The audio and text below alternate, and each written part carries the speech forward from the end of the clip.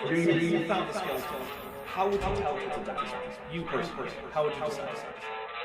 Well, interesting question. I don't know. I'd have to do some research on that.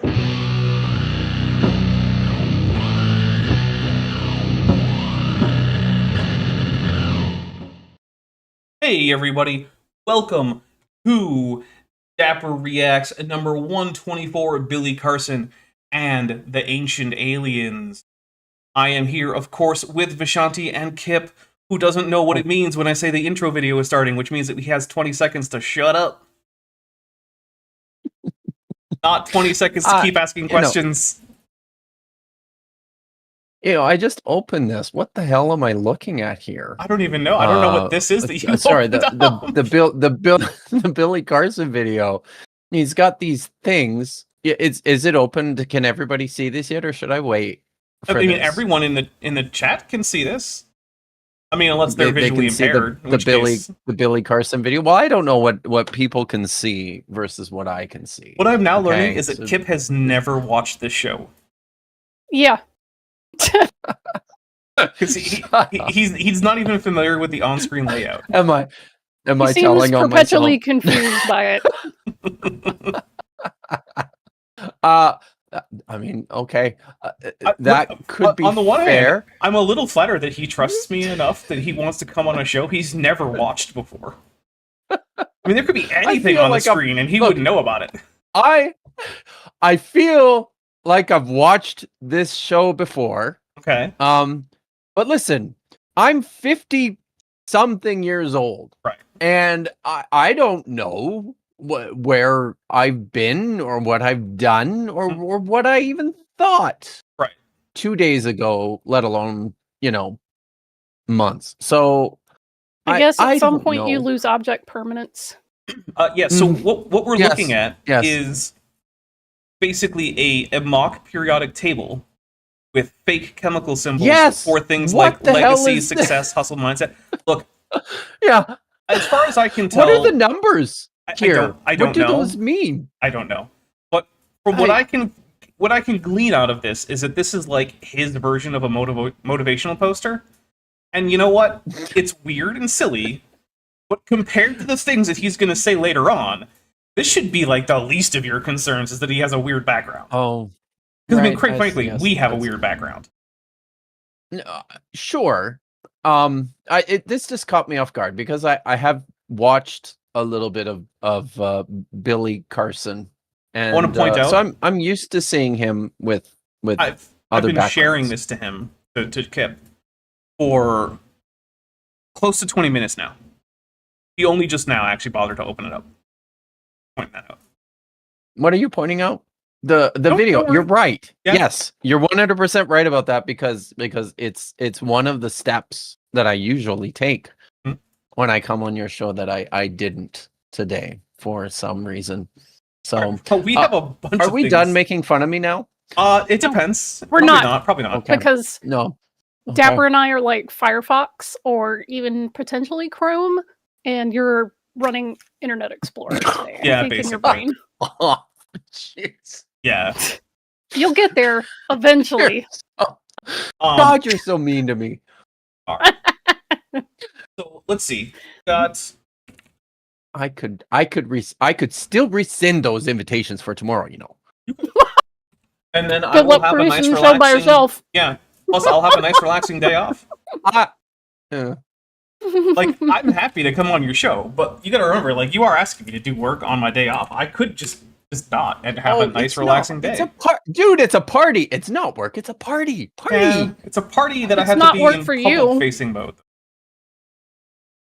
All right, we're going to read a few things that people have sent in, and then we're going to take a quick thing to introduce who Billy Carson is, in case you don't know about him, which you probably do, but, like, not everyone does. And then we're going to dive into Billy Carson, and we'll probably shift from making fun of Kip to Billy. So there's that. Ben, Extra Thick Tunicate, who's been a member for 26 months, sends a drink emoji, followed by just a bunch of disgusting pelagic tunicate emojis, but then also sends 5 gifted Dapper Dinosaur memberships, which we're going to drink for. Here we go. 1, 2, 4, and 5. Thank you. I am, in fact, drinking a rum and cola. Vishanti, what do you got? Cola. And Kip, coffee? Black coffee. No Oh. sugar. No. Ben, extra thick tunic for 20 pounds sends in a blank super chat. Thank you very much. Bill for $5 says, check out this show. Check out the show. It's probably not aliens. If you would like to learn a real history behind ancient alien theories, spoiler alert, it's mostly Nazis. Yeah, it is. So the thing is, the Nazis themselves didn't generally promulgate actual ancient alien stuff. They were more into Atlantis. They wanted to connect themselves to some ancient Aryan master race. It's less Nazism and more white supremacy. Yes. Yeah, but the thing is, as their Atlantis nonsense spread, and Atlantis itself seemed to get less and less plausible, people shifted that stuff to aliens, and so a lot of the stuff that you hear as like, oh, this is proof of ancient aliens, was originally stuff that the Nazis used as evidence of Atlantis. So it turns out, yeah, pretty much all this stuff this just goes back to white supremacists who are the larger tent within which the Nazis fall, and the Nazis were the specific group of white supremacists who started a lot of these claims. Now, I do want to point out that does not mean that everyone who believes in Atlantis or ancient aliens themselves a white supremacist or a Nazi. However, you are carrying water for their ideas, and if people start going down the ancient aliens pipeline or the Atlantis pipeline, it will very frequently lead them to reading books by Nazis, supporting Nazi ideology, and it will turn some of those people into Nazis. Dr. Andy over at Nobody Listens to Andrew is an actual archaeologist and budding historian, and he has a whole entire series on all the sources that these people use to justify their ancient lost high technology civilizations, and maybe it's Atlantis, and it all comes from Ignatius Donnelly. So he actually procured copies of all of those texts and was reading through them going, hey, this is literal white supremacy. If you repeat his ideas, you are carrying water for white supremacists. And he showed clips of actual white supremacists going, man, I'm so glad people are getting into Donnelly and all these other sources because it makes them so easy to just jump right over to our side. And I'm like,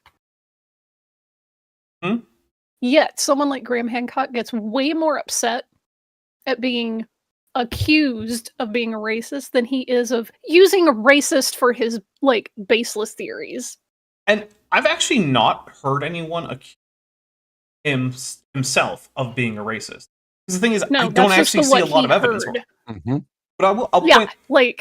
that's his thing is if you say, hey man, you're using racist sources, he goes, you can't call me a racist. And I'm like, yeah, those things aren't what you say and what he hears, not the same. No. Yeah. And also, Maya says, thank you for saying that. You're welcome, Maya. I think it's an important thing to remember, right? There's a reason why when ancient aliens go looking around, they'll pick out, Machu Picchu, but, Cologne Cathedral gets a pass. Why? Well, the ancient alien people might not be thinking it right now when they're saying this, but ultimately it goes back to the fact that this was started by white supremacists. Supremacists don't need an explanation for why white people built something out of stone. They just need an explanation for why people who obviously are physically incapable of thinking like that would have done it. Which to obviously them is these just backwards brown primitives, brown savages, without our progressive, white, smart, enlightened civilization. They could not figure how to stack one rock on top of other rock. Not possible. Impossible. Deconstructing Laura 42, who's been a member for 2 months and is at the Amniote level, says, woohoo, 2 months. Hopefully I can figure out how to keep my membership this time. Lol. Thanks for sharing the knowledge, Dapper. You're welcome. And then there's a whole rainbow of hearts, which, hey, happy Pride. It is Pride. I think I mentioned this, but I don't actually have any specific Pride Month activities other than, wishing people happy Pride.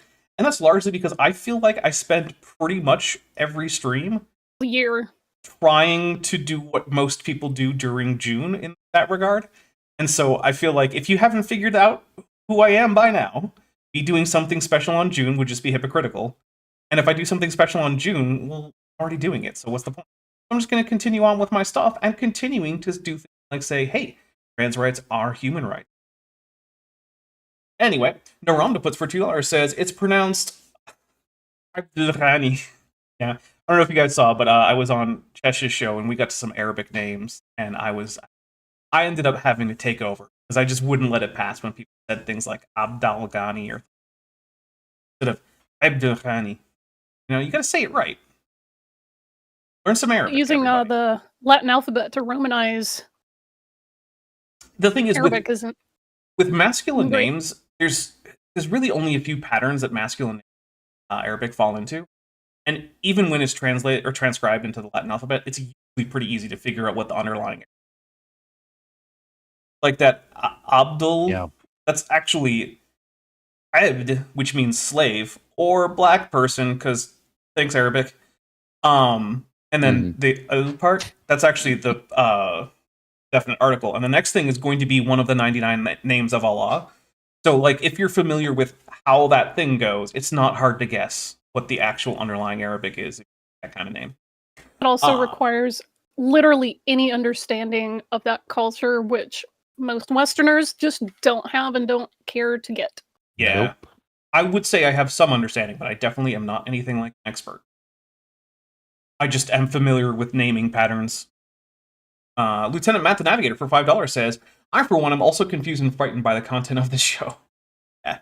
Scoop23 for $5 says, it's the 9th anniversary of the day I realized I was trans. Can we get a drink with a pride flag? Absolutely. You know what? Not an official drink trigger, but let's do it. Congratulations. Cheers. Also, I appeared with him on a Leaving Earth Creationism stream, so check out that if you want to see. Talking about how they ended up leaving. I know his preferred pronoun. Why he ended up leaving Young Earth Creationism. So it was not primarily focused on transition, but that did come up. So there's that too. Let's see. Dutch, the place of hostilities, tuna kids. Who's at the tetrapod level for 13 months says, time to make everyone feel old. I'm 26. Damn it. At least you were born with a year that started in 19 and not a year that started in 20. Linguistics is just fancy animal sounds. Geek for €5. Sorry. No, I was just going to say it continues to be strange to me to be on shows where there are people my children's age watching. So that's yeah, I can see why. Linguistics is just fancy animal sounds. Geek for €5 says, welcome to the channel, Dr. Kip, with a laughing emoji and a monkey hiding his eyes. Good to see you, Vishanti. Much love to all, and don't forget to hit like, everyone. Yes, please do hit like. Meat Permits Tat for $5 says, this is going to be intensely stupid. AIG is a sack of Carson. Be on the lookout, I think, for my new YouTube economics book, Das Kapital. Thank you. Take a drink for that. Kent the Bacteria Kind Halstead for $6.16 says, everyone switch to Chrome right now so that Google can have an effective monopoly over the entire internet infrastructure. The free market is perfect. Then Wes Payne for $2 says, Dapper's Day Off. I'd watch that TN. I would too. I mean, it would mostly be just me sitting around, like, playing video games, walking around the neighborhood sometimes. I don't know, making food, taking a nap. Anyway, Lieutenant Matt the Navigator for $5 says, remember that stacking dirt on top of dirt was far beyond the capabilities of Native Americans. They had complex societies, but that's apparently too hard. Yeah, that is another one of those things, like, how could these Native Americans have made these earth mounds? Like, I don't know, by picking up dirt and putting it elsewhere. Like, what? Why is that? It's like, but it has geometric patterns and circles. Like, yeah, a stick and a rope. That's how you make a circle. This is not... Why do you think aliens need to be involved with, like, hey, bro, what if we put a stick in the ground and then we tied a rope to it and then we could make a circle with that? By just tracing out the circumference? No? No? Okay. Grungavaldi Gurnison is a new member. Welcome, and everyone sent... It looks like you already did. You did send some tetrapod emojis. Thank you. And then Fearmonger has been a member for 31 months, is at the tetrapod level, and says, I came appropriately baked to watch Billy Carson. All right, so... excellent. Yes. Excellent. That's the way to do it. It is. Now that we are at the point where we are caught up... I am not. We will talk about Billy Carson. So Billy Carson is primarily a sort of new age woo peddler. He specifically targets for his woo the African American community. And I think that that is an especially destructive thing because there is a tendency to skepticism around things like medicine and science in that community for specific historical reasons, right? So let's not forget Get that, experiment. yeah, that's what I was going to point out the most, right? This is a community that is keenly aware that not that long ago, in the grand scheme of things, the United States government offered a large number of men who were African American free health care, and then intentionally infected them with syphilis, and then intentionally didn't treat it so that they could study the progress of the disease. And Jesus, so that's awful. it's extremely awful. Wow. And yeah, they all died horrible, painful, actual insane deaths because that's what syphilis does if you untreat it. So as a result, they have a very good reason to not trust things coming out of like the medical establishment or government-backed scientific findings or whatever. But what that means is that they're also pretty good targets for grifters, especially if the grift is coming from inside the house. Because as a result of, and that's not the only example, it's just the most egregious example. So because of histories like this, Billy is targeting a demographic which is particularly susceptible to his nonsense.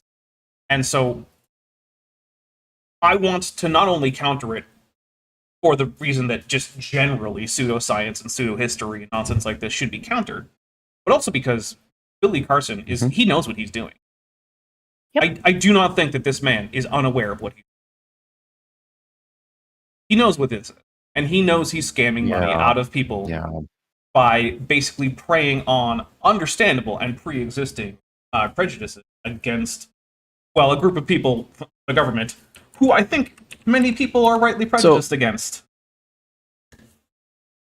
There's probably a confirmation feedback here too, right? Because one of the things that I've noticed with Billy Carson, and my experience with his content is only really like less than a year old, less than a year, right? When I started noticing his stuff. But something that has become clear to me as well is that responses and reactions to him, like critical responses and reactions, will also often, occasionally softly, lean into racist tropes and talking points that, you know, he can then marshal into sort of a confirmation of you know, his legitimacy and righteousness. I do want to warn everyone here, if this stream gets any kind of traction, there is a very fair chance that we will be getting comments from Billy Carson supporters that basically just comes down to hate black people. Yeah. That's just going to happen if this gets at all any attention.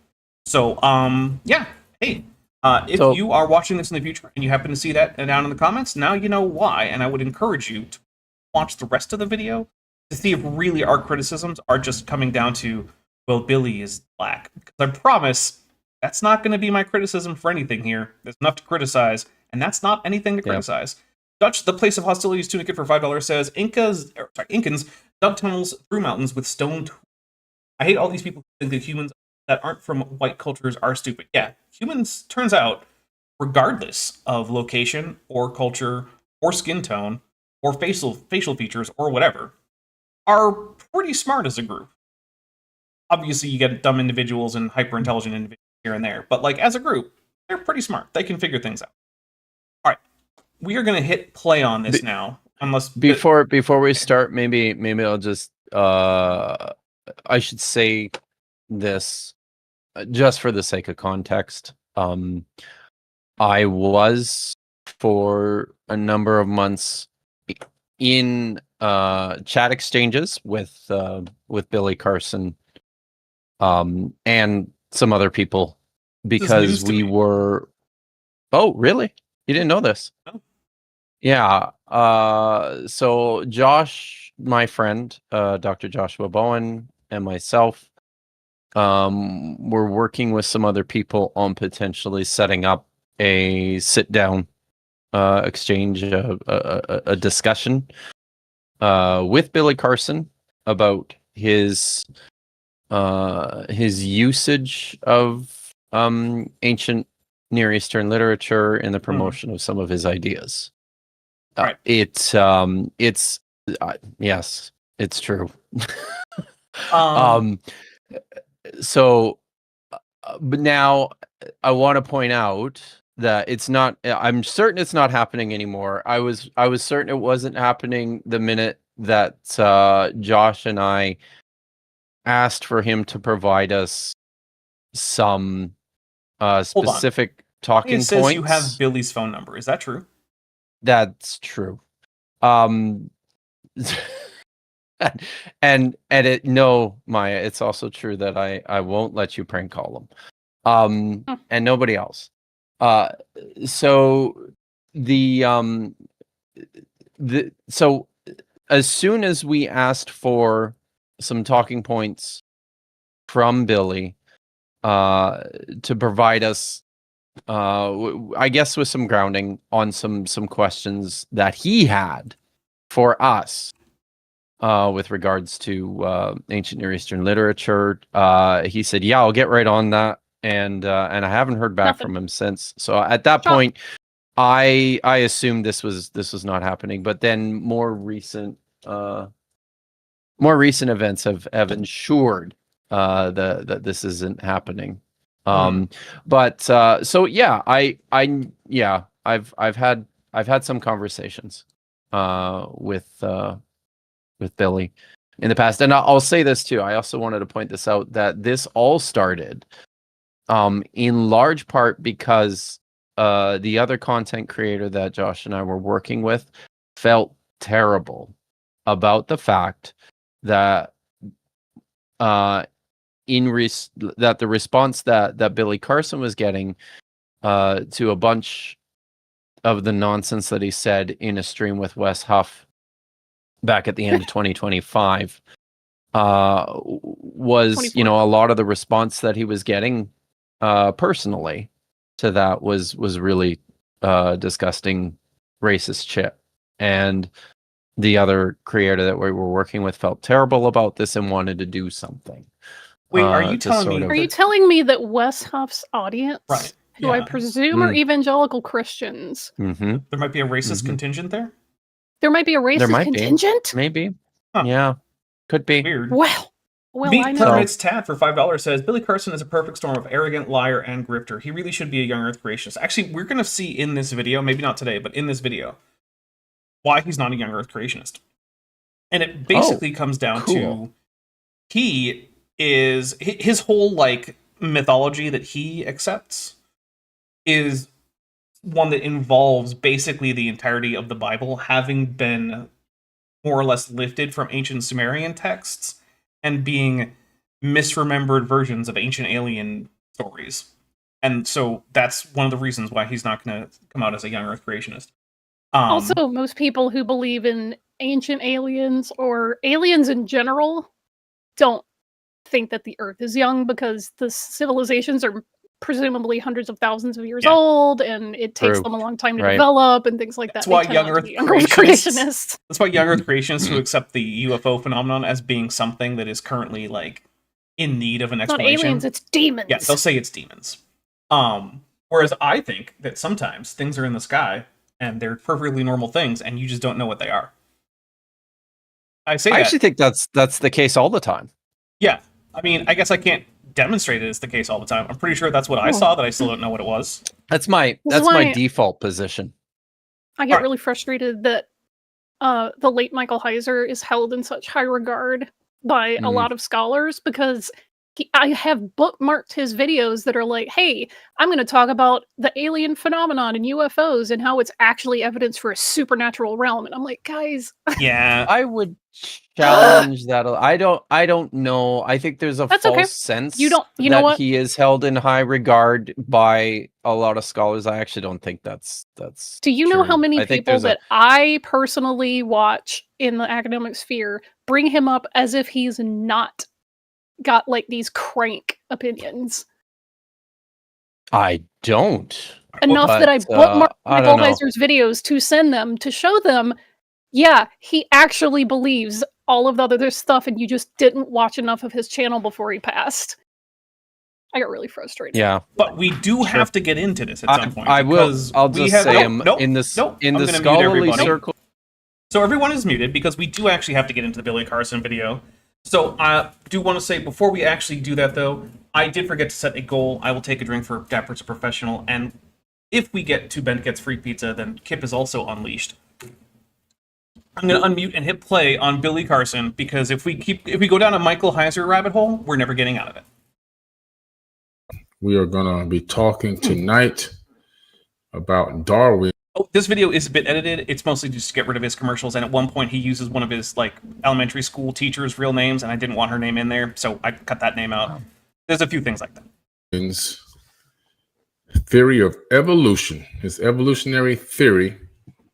I'm going to be basically debunking that theory. And If I say theory enough, he's it really makes it not true. emphasizing that, right? Yeah. Yeah, It feels like he's we're definitely getting settling on the that theory, not a intentionally. fact. Mm. So the other thing is, I just want to point out that Billy thinks that he can somehow debunk the central theory of all biology by reading Sumerian texts in English. Which I just want to point out, that's not how that works. You can't do that. That doesn't work any better than reading Genesis and then saying, see? No evolution. We got a few super chats. Lieutenant Matt the Navigator for $5 says, as a Starfleet officer, I can confidently state that UFOs are not flown by demons. They're Romulan ships with bulky cloaks. Yeah, okay. That seems fair. Sweet. Besides, at this point, they haven't really actually invented the real cloaking device. They just have their invisibility screens from Enterprise at this point, at best. So, Noramda puts for $2. So, I'm sorry. Says, today's first tab crash. Woo! Yeah. We were just talking YouTube about how this is a thing now, right? YouTube just crashes. Yeah. Like every day. Yeah. I actually have one browser that won't open YouTube. Period. It'll only open the YouTube Studio. Mm-hmm. So really, yeah, wow. It's just great. I love it. That was sarcasm. And we're going to talk about some stuff tonight in regards to evolutionists, the mindset of drink for evolutionists, mainstream evolutionists, and what they believe and why they drink believe for it. Mainstream anything. Yeah. Hey, you know what makes science mainstream? It has evidence behind it. That's what that means. Whenever anyone says mainstream science, what they mean is correct. The science that is evidence-based. Because when something comes in and overturns what was mainstream science, it's because it has better evidence. And as a pro tip, chances are that if you're not an expert in a field, you don't even know what evidence it would take to overturn the consensus. And you have not, most likely, you have not found the one weird thing that all the experts just kind of forgot to think about. That's probably not happening. Meat Permits Tab for $2 says, do not reference Enterprise. I will come on, Enterprise was good stuff. Plus, I think you don't realize who might be on this panel. Yeah, I don't think you realize that that's my favorite Star Trek, and I will fight you over it. Let's see, Billpunk for $2 says, I can practically smell the equivocation coming. Yeah, no, of course. All right.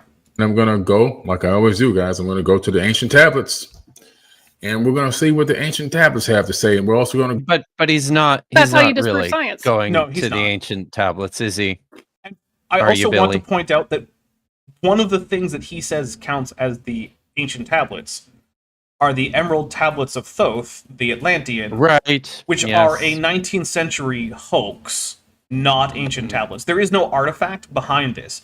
A man from the 19th century said he had channeled Thoth the Egyptian god / the Atlantean priest king, and that these had been Dapper, revealed, and somehow were connected to Hermeticism.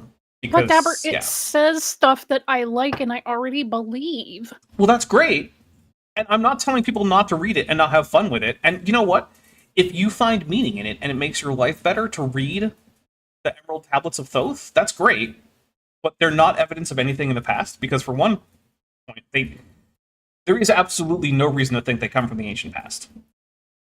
In fact, there are a number of good reasons to think that they absolutely did not. And two, even if they did come from the ancient past, that someone wrote it down a long time ago is not a reason on its own to think it's true, as it turns out. I'm still really, really distracted by the periodic table in his background, and I just want to say to the chat, if anybody can translate those numbers into something that I can understand, I would be grateful. Lieutenant Math Navigator for $2 says, okay, I'll see if I still have my first iPad. That would be interesting. I mean, on an actual periodic table, wouldn't that be their atomic weight? Yes. You think it's just the well, actual atomic weights for these the elements that these things actually are? Well, no, because you know what it could be? He could be arbitrarily assigning these things positions on some kind of like vibration spectrum, because all the woo people like to just imagine vibrations are a thing that just exist objectively. No. Yeah, I think that might be the case. Basically, they took L. Ron Hubbard's tone scale, and they were like, but what if vibrations? Okay, cool, thanks. I don't need to ever hear about any of that. And, oh, here's a fun thing. You know what one of the lowest tones on the Scientology tone scale is? Gay. No. It's just gay. If you're gay, that means you're low tone. And you need to have a lot of Scientology auditing so that you can get to a higher point on the tone scale and stop being gay. I hear that you've said words, Dapper. I have no idea. Yeah. What most of them mean. Yeah. It's just a heads up that, hey, Scientology, extremely homophobic. Which you might think is a little bit weird for like a crazy UFO cult, because usually UFO cults tend to be a bit progressive, but this was a UFO cult started in the 50s. So, yeah. Ron Hubbard. Yeah. Olivia Williams for $6.99 Beaverbuck says, why would ancient tablets even matter about evolution anyway? With a Ghidorah, and we'll take a drink. And that's the thing, they wouldn't. Billabong for $2. It was actually the smell of pure bullshit. Yes. All right, here we go. Go to some geneticists, quotes, and we're going to see what the geneticists have to say about this as well. All right. I don't believe he actually does that, if I remember correctly. But he's probably imagining geneticists like they're a monastic order, right? Stuck in a monastery somewhere in the mountains. You know what? Sort of feels like I just realized that's what he's getting at. Billy's idea of what a geneticist is might actually be close to like the Warhammer 40k like Archmagos biologists sitting in like some kind of like tech sanctuary with streams of incense wafting up. Yes. And like spreading sacred unguents on their machines that help encode the DNA. Fits of Mitochondrial Eve Rage, who's been a member for 20 months, says, I might be on Jeranism in a month or so to discuss the age of the Earth and evolution. Nice. Interesting. I'll keep the I heard he's no longer... I heard that he's no longer a flat earther. He is not a flat earther. He took 40 grand and free trip to Antarctica. That's it. Wish me luck, right? Says Fits of Mitochondrial Rage. And an AIG is a bag of dicks emoji, so we'll take a drink. So first, good luck. Actually, I might reach out to Craig and Toon and see if your thing doesn't work out or just doesn't convince him, if maybe they also want to have me come in and talk to him. Because I mean, I'll talk to Jaren, I don't care. Although I will keep in mind that the fact that it took him going to Antarctica, despite the fact that there are numerous equally valid demonstrations of the shape of the Earth that he could do sitting on his ass at home. Let me amend my statement. How I feel about it. It didn't only take 40 grand and a free trip to Antarctica. It also took being absolutely harassed by his own community before he went, hey, wait, this is a cult. Yeah. And then he started leaving. And you know what? I know it takes different things for different people. But at a certain point, it's like, dude, you had everything you needed way before this. You saw how they treated Ranty when he left. Yep. You had many equally valid demonstrations of the shape of the Earth well before this, including some by your own hand. Like, come on, man. Lesbi Andrea for 65 sex, which I always appreciate getting the sex. Oh. Liking Enterprise is valid, and in honor of that, I'll share my own hot take. First season of Picard, and only the first season, is the best post-90s Trek. Oh, that is a controversial opinion, which I do not agree with, but hey. I do not agree. People get to like what they want, and as long as what they want isn't hurting other people, they get to keep liking it. So, you know what I'm going to do about that opinion I don't like? Not watch the first season of Picard. Oh, Oh, there was no. Godzilla. Take a drink for Godzilla. This is literally a 30-minute argument I have with my oldest son this week. What, to let people like what they like? Yes. Yeah. It turns out, if you and someone else want to have a conversation about the merits of some media property or whatever, feel free. But, like, in the end, it doesn't matter that much. See, my kid is angry that people don't go to movies anymore. Okay. Well, And I'm like, What? first of all, they okay. do, but second, the theater-going experience has kind of gone downhill, in my opinion. Yeah. So The movies but- still regularly gross billions of dollars is evidence they that don't people go do, in fact, to still movies, I physically go guess. to the movies. Yeah, sure, that's true. Actually, I'm right? trying to think when the last time I physically went to the movies was, and it might have actually been the time that Vishanti, you and I went to go see Resident Evil Rise. That might, or not Resident Evil. I'm Evil sorry, Dead. Evil Dead Rise. That, first of all, it was a really fun time. And Yeah, second, that was a good movie. I think it might be the last time I was actually in a theater to see a movie, and that was a while ago. I love going to movies, but I'll be honest with you, since they opened the a few years ago, since they opened the VIP cinema in the town over, you guys, for those of you who aren't in Canada, these are like theaters where you can order alcoholic drinks and sit in comfy chairs, and Those are, you know, you probably don't call them VIP theaters though. I don't think we have a single so- term for them. Yeah. No, they're usually just known by the chain or the brand. Like, there's Alamo Draft Right. House. AMC has special, like, I managed to bars, have like the So, upstairs. but I loft area. gotta say though, right? Like I gotta say, since being introduced to the VIP theater in the town it's a more fun next to experience, me, my desire to go to movies has changed dramatically. Like if I have to sit in a normal theater in like a normal theater seat, I'm kind of like, yeah. I mean, one of those reclining leather things with the footrest, like, with a drink in my hand. Yeah. Yep. Sign me up. Mhm. I actually managed to even So- have fun seeing freaking Pixels in the theater, primarily because there was a large pitcher of beer, and I had a delicious burger and a bunch of onion rings in front of me. And so I didn't care that much how bad the movie was. I was drinking beer, eating onion rings, and having a burger.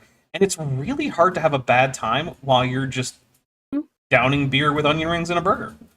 Turns It's out. very true. It's hard to do anything that's not fun. plus, like, with the value of going to see a movie actually in the theater. It's an experience that most people don't realize has a very crafted set of circumstances that the movie is mixed and mastered for. Yeah, that's true. When people are like, Right. I can't hear Yeah. the dialogue at my house, but the action's super loud. It's because it wasn't mixed for your shitty home speakers. It was mixed for Right. a freaking theater. We have a couple things to read here. Lieutenant Matt the Navigator says, never forget that Lieutenant Hubbard saved the West Coast by successfully engaging an underwater rock formation and an allied island. Yes, the combination of those two things is why he was removed from command. He shelled a island owned by Mexico. Thankfully, as far as I know, no one was injured in that exercise. But yeah, he spent a good day or so shelling that island. And then he mistook an underwater rock formation for a Japanese submarine and used every single one of his depth charges to destroy that damn rock formation. And then he was relieved of duty. And while he claims that he was blinded during the war and then miraculously recovered as a result of his own Scientology stuff, actual records show that he was treated for an STD and then released from military duty with an honorable discharge, but primarily because all of his evaluations said that he was utterly incompetent. And no, there is no evidence that he was ever working with any intelligence agencies. Please read the member chat. Dark Law Dragon, Yes, who's been on for please. 34 months, says AIG is a rotten bag of decayed zombie peckers, and I will take a drink. Absolutely. Kent the Bacteria Ken Halstead, member for 10 months, and is at the annual level, says, I would also hate the theater experience if I was sat behind a giant theropod. Angry emoji. Yeah, that's fair. That's fair. That's fair. In our defense, we sat on the top row. Yeah. Oh, yeah. shoo. But I actually went to the theater a month ago. And the reason why is because my son bought the tickets, and it was for the 20th anniversary of the what's the third Star Wars film? Is that Return Revenge of the Jedi? Return of the From the prequel trilogy? in the prequel Oh, trilogy, the yeah. Sith movie. That one, the Revenge Sith of the one. Sith. Yeah. Yeah, and the reason why is because he was 5 when we went to go see that movie as a family. And it was just the 3 of us at the time. My wife and my son and myself. And so we were having a nostalgia moment, right? And it was super fun. That's nice. But I'm going to hit play. Because we're not here to Good. have fun. We're here to listen to Billy Carson. So tonight I'm going to talk about Charles Yes, that was my edit. Darwin. If you don't know who that is the fundamental basis of the theory of evolution that you were taught from.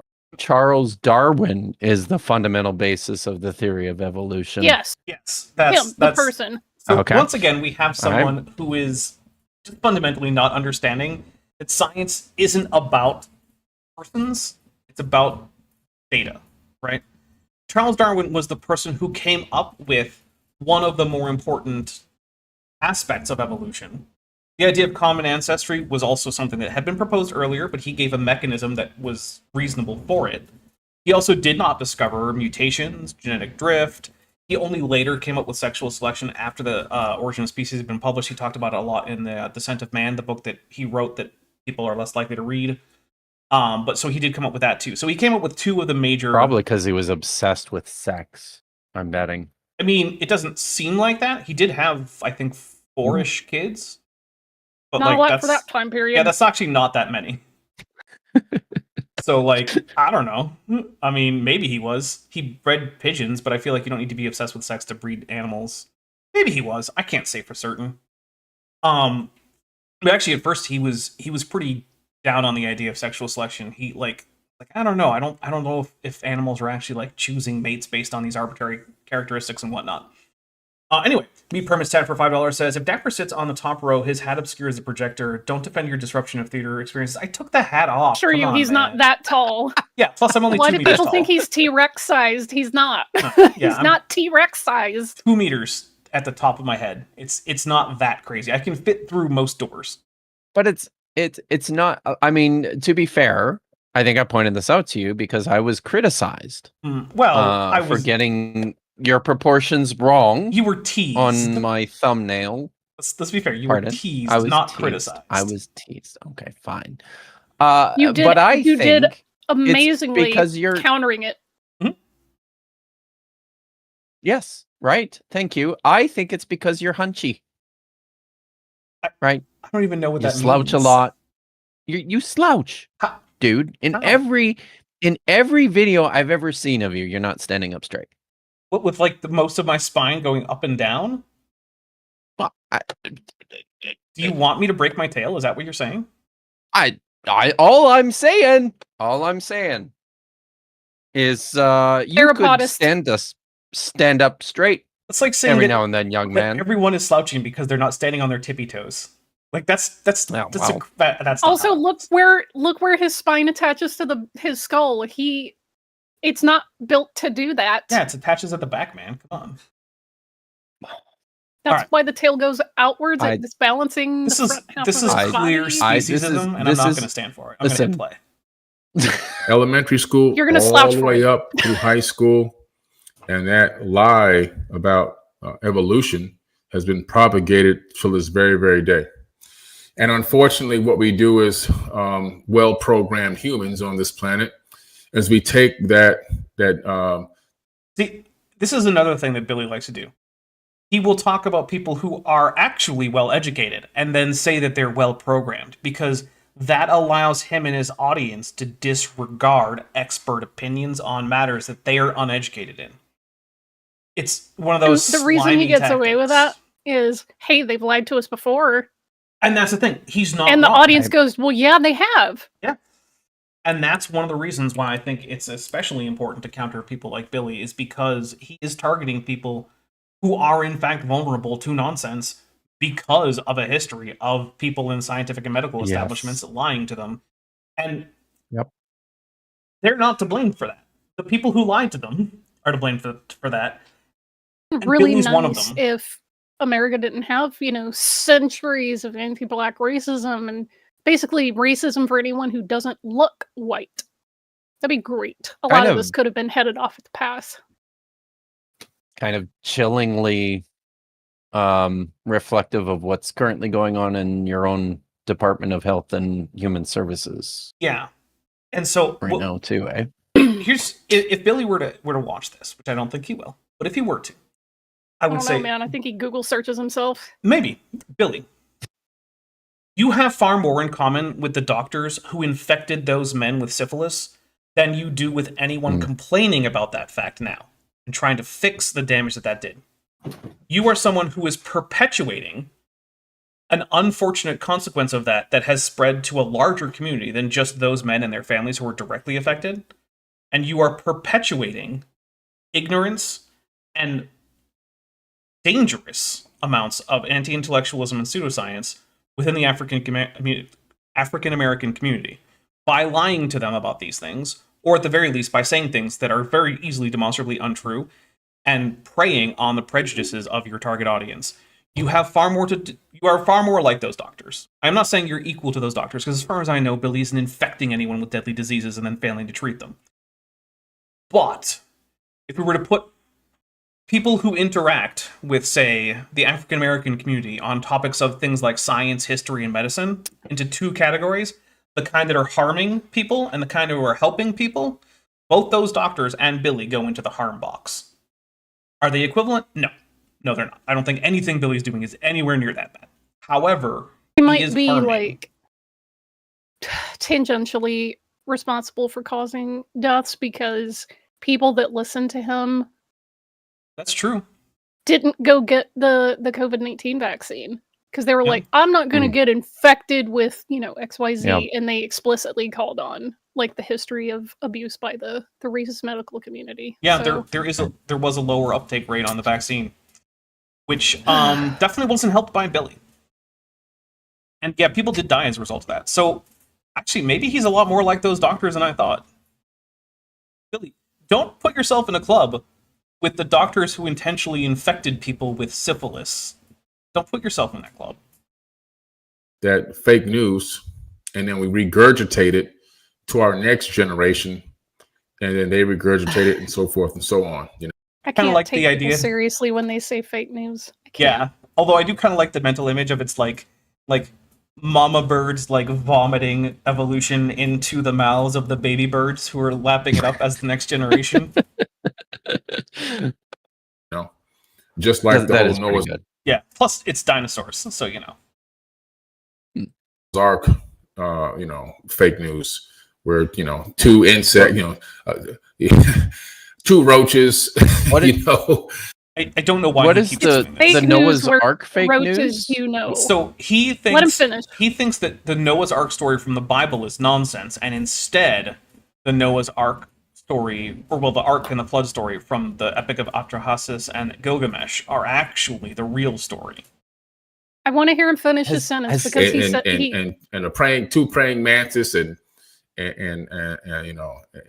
two rats and all this crazy stuff and two bats, and they all flew to this ship and got on the ship. Okay. Hold on.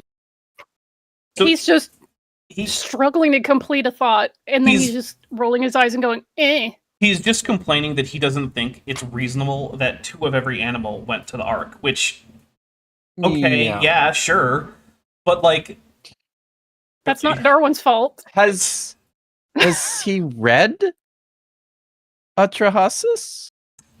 He's going to. I doubt it. That I don't want to spoil anything. Okay, let's just keep going. All right. Generations have taught that same story over and over and over and over again. It's just a farce. It's ridiculous. Oh, you know what? Okay. We'll take a drink. That's true, Billy. It is That's ridiculous. fair, right? Yes. It is. True. I just I wish have a that little left. he had a little bit more self-awareness when it comes to that kind of critical thinking and where else he could apply it, shall we say? I mean, I guess let's just qualify this. It's certainly ridiculous by if you want to apply modern post-Enlightenment scientific historical standards Right. to this mythology. Mm-hmm. Yeah, if you want to leave it as like, a mythical history that's supposed to give you context in terms of like philosophy and a national identity, then it's just as good as anything else. Sure. Goop23 for $5 says, Mama T-Rex regurgitating evolution into the mouths of baby chickens. It's not exactly where I was going with it, but sure, I'll take it. That's fine. I like it. When you actually find out that that the ancient text is totally talking about something different, they actually found the Ark of Zizidra, which is his real name. Guys, they found the Ark. Who they are, where they found it, but they found it. Is he talking about when was this? When did he publish this video? So- Like, how old is this? This, I believe, is approximately 3 years old. I don't remember the exact date, but I remember it saying 3 years ago, Okay. which on YouTube is a bit of a range. So, it's less than Yeah, 4 years old no. and more than 2. I was just wondering because there's been a lot of chatter in the last month about people returning to what's his name? Ron Wyatt's Oh, yeah. Ark site in Turkey Mhm. and doing new ground penetrating shit and so the alarming thing here is that Jack Sasson is a biblical scholar of ancient Near Eastern literature at Vanderbilt University, and he publishes monthly, maybe it's bi-weekly actually, a newsletter that goes out to like hundreds of scholars and interested people in the field, just sort of a roundup of what's going on. And in one that he sent out a few weeks ago, he actually included some of the news coverage of this, and I'm going, why? Yeah. I don't know. Why? Because pseudoscience is explicitly endorsed by the administration, so There is that. Yeah. Boy, that is right? probably part of it. Maybe that's part of it. So by a guy who speaks with a perpetual death rattle. Yeah. Okay, he's in the Epic of Gilgamesh, which is the true and full story of Noah's Ark. See? I'm just taking a Oh. drink for it. all right. Which, by the way, is the story where the Ark is a cube. Which, Yes, by the way, Billy doesn't Uh-huh. think that the would Ark totally is... float, right? Yeah, but Billy doesn't And- think it was a and cube. everyone would be okay. Billy doesn't actually think it No? was a cube, even though he thinks that the But Epic it of Gilgamesh says story it's is a the... Yeah, I know. cube. I It's know. the real and true version. It's in the story. It says It's the real story, in there. except for that, I guess. My unfinished journey for 222. I'm not gonna read it. You can't make me. It says, "Hail Daps, Kip, Vish, and Atrahasis." Thank you very much. All right, here we go. And it wasn't even the dimensions that were given in the biblical text. It was actually a round submersible. See, he thinks it And he was was round told to and a gather- submarine. Samples What? from around his- A round submersible? Yep, he thinks it was round What? and it could go underwater. So who cares if it Is he floats? going It's to not supposed to. explain this? Maybe we'll have to find out. Noah's Ark was round, even though the Epic of Gilgamesh is the true story, and the Epic of Gilgamesh has it as a cube. Yes. It is the case that older stories of the flood than the Epic of Gilgamesh, which we do have, do seem to indicate that it was a really big version of a circular shaped boat that Sumerians used. Sure. Right? Yeah.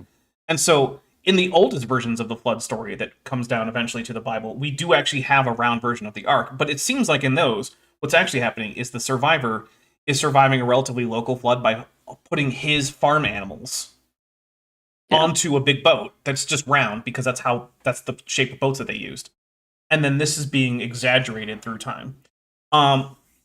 Meat Permits Tab for $2 says Borg flood. Yeah, because of the cubes.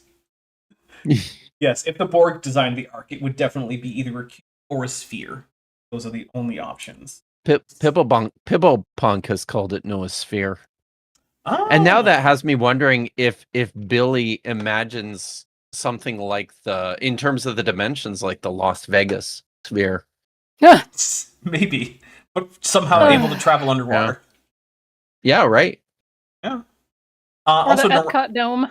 Naramda puts for $2 says 2 of each animal all live in the yellow submarine. And now I'm gonna get sued for copyright infringement because I said yellow submarine. That's one of those songs that, like, there's the reason that I can't even always remember how it goes because it's so infrequently used, because it's so expensive. And that's, to me, like, the moral of that story is, hey, don't make it prohibitively expensive for people to use your songs in their media, because then it just won't be popular anymore. Is it just that song, or is it the Beatles? Well, I mean, it's the Beatles largely, but that's one of the songs that is frequently referenced and almost never used because it's fairly expensive.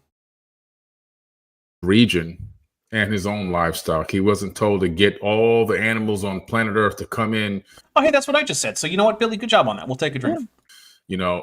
And also, I gotta say, 2 by 2. At least in this one single respect, I can quote Kent Hovind, just tell the guy to move. If it's a local flood, just tell him to move. Well, I mean, if you're living in the middle of the floodplain between the Tigris and the Euphrates, that might not be a serious option if you're trying to save all your, like, livestock. It's true. It depends on how much harder. lead time you have. True. On that point, so just because I think this is interesting. I holiday every summer in the interior of. Sadly, no. Okay. It's way cooler, I think, in the interior of British Columbia, in the I guess in a place called the Arrow Lake. The Arrow Lake was formed by a dam on the Columbia River in Castlegar in the late 1950s, and there are a bunch of towns under the water. Yeah, that's not that unusual. Of Arrow Lake. No. But what maybe is more unusual is that there are a lot of people living in the area still who have distant, deep family ties, who are still in legal disputes with the Canadian federal government because they just decided to flood their properties without proper notice. They just woke up one morning and, oh my God, my orchard is underwater. So not the thing. Cool. No, not at all. People forget all. But you guys get electricity because of that, so there's that. Thanks. Although now apparently there's some kind of a tariff on it. I don't know. Because I'm still super chats. Yeah, there's a couple super chats. Just one thing. When I want to know how the tariff on foreign movies is supposed to work. I just want to know. Like, does that mean like you have to pay a tariff when you import like the film canister? And how do you value that? Yeah, right. Like, what does that mean? I don't know. It's a very, very strange idea. Olivia Williams for $6.99 beaver dollars there says, does he think that that is the first time I've ever seen, I think, Gilgamesh spelled that way. I'm going to go with Gilgamesh. Was an actual demigod. He probably thinks he's an alien-human hybrid. Is he a polytheist like ancient Sumerians were? Does he worship Enki with a Ghidorah? So he's an ancient alien guy, so he thinks that all of these gods were actually extraterrestrials who were ruling over Earth in the ancient past. And then just left for some reason. Yeah, I guess because humans got to be, I don't know, uppity. Because remember, he does think that humans were created as slaves. So, which it's gross. Sapphire Science Nimbie's Light for $5 says, does Billy also believe in the subterranean tunnels the sun travels through after the sunset that Gilgamesh used to find Utnapishtim? Seriously? Yeah, that's a good question, right? Because there's a lot of stuff that happens in the Epic of Gilgamesh that isn't really physically possible, if that's supposed to be our true, real story. Metageeky Platypus Warlock for $2 says, given lead time, Batman could gather all animals. It's probably true. Including that T-Rex that he keeps in the Batcave. Free the T-Rex. We're actually going to take a quick break. We can refresh drinks. I'll give my co-host a chance to grab a snack or anything. And in the meantime, please enjoy the intermission of Benthoven's musical stylings. And we'll get back, we'll do the quick commercial read, and then we'll dive right back into Billy Carson after also reading any super chats or anything like that you guys send during the intermission. And remember, if we can get this thing to Bent gets free pizza, Kip gets to swear just as much as he wants. Oh, we're doing that. Nice.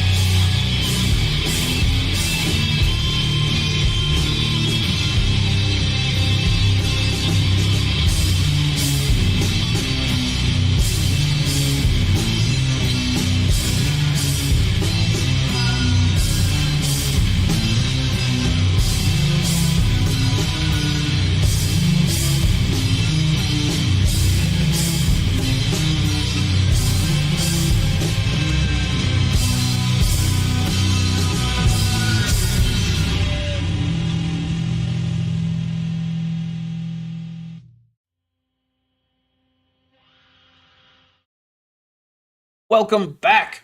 We are back from break. Everyone has refreshed drinks. Everyone has, I don't know, done any kind of biology stuff that they need to.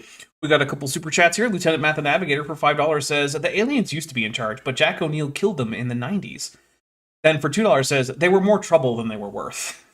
Yes, just like the Klingon gods, by the way. I also want to point out that I do have a copy of Gilgamesh in the original Klingon.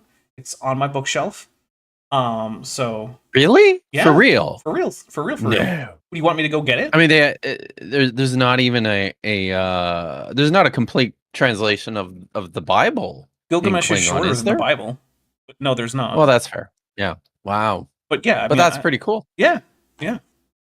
And then it has a translation of the Klingon on the facing page, not any kind of translation of some kind of text that was translated from Klingon into like Akkadian or whatever.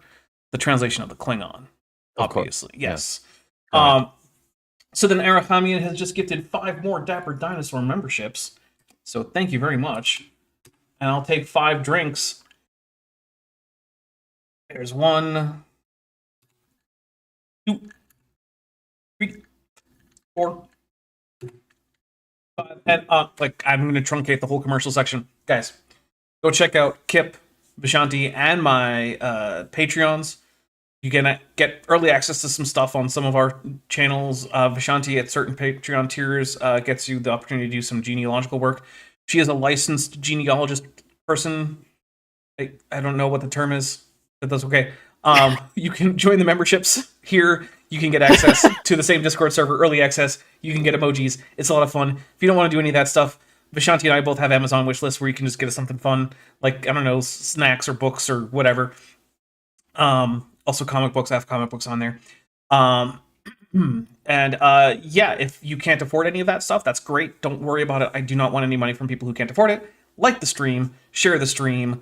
I don't know, tell your dad to watch the stream. He probably will hate it, but make him watch it anyway, especially if he's a young earth creationist.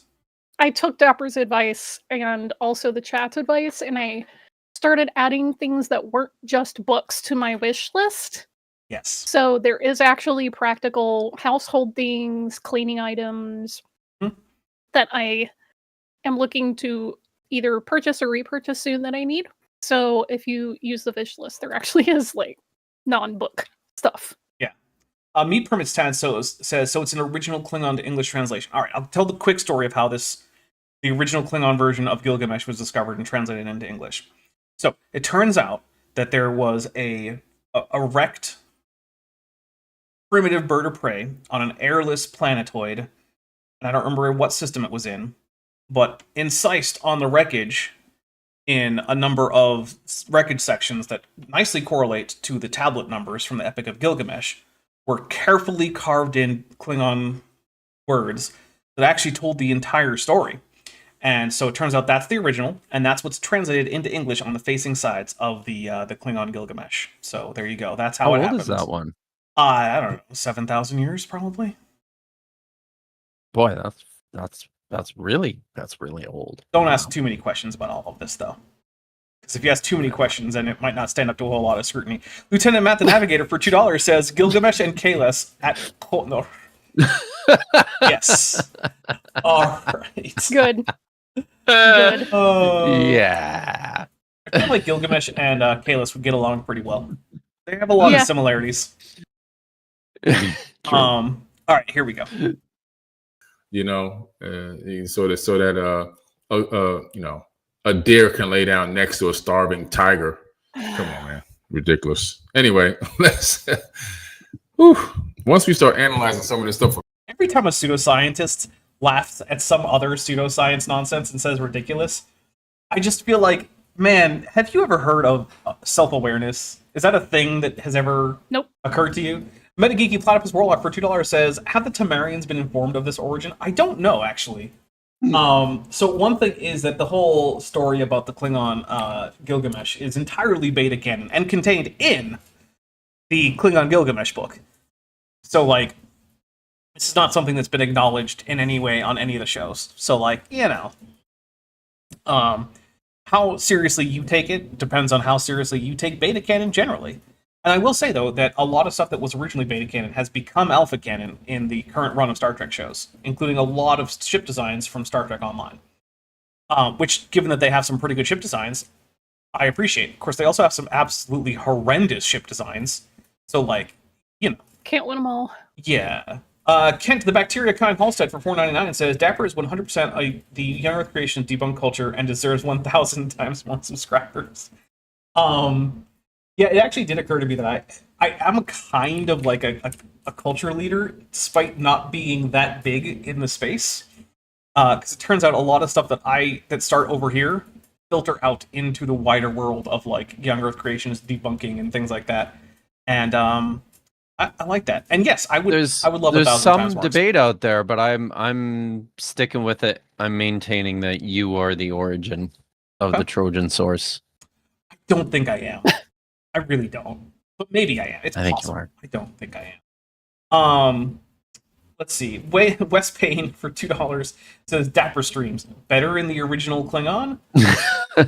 I mean, I stream in Klingon, but no one seems to want to hang out with me while I do it. You know? It's weird. Although, if you remember, you do have access to the stream that I did with Chesh, where it was just a Klingon lesson with her, and we read through the first few bits of the Book of Jonah in Klingon. So, yeah. She was very surprised when it turns out that Jonah just kind of goes and takes a nap during the storm. Yeah. She's like, wait, he just takes a nap? I'm like, yeah, that's what it says. He's like, what the hell? I'm like, I don't know, talk to Jonah, I guess. Like, is that in the original? Like, yeah, no, that's what's in there. He just takes a nap. Yeah. I mean, even the people on the boat are like, wait, he's asleep. Like, Someone go get him. Dude, come on. We're all gonna die and you're just taking a nap? It's almost like maybe that's why the gospel authors had Jesus taking a nap on the Sea of Galilee when the storm came. Could be, right? What's your logic? It starts to become laughable. It really becomes laughable, man. You know, I mean, can you imagine? You know? Yes, I can, Billy.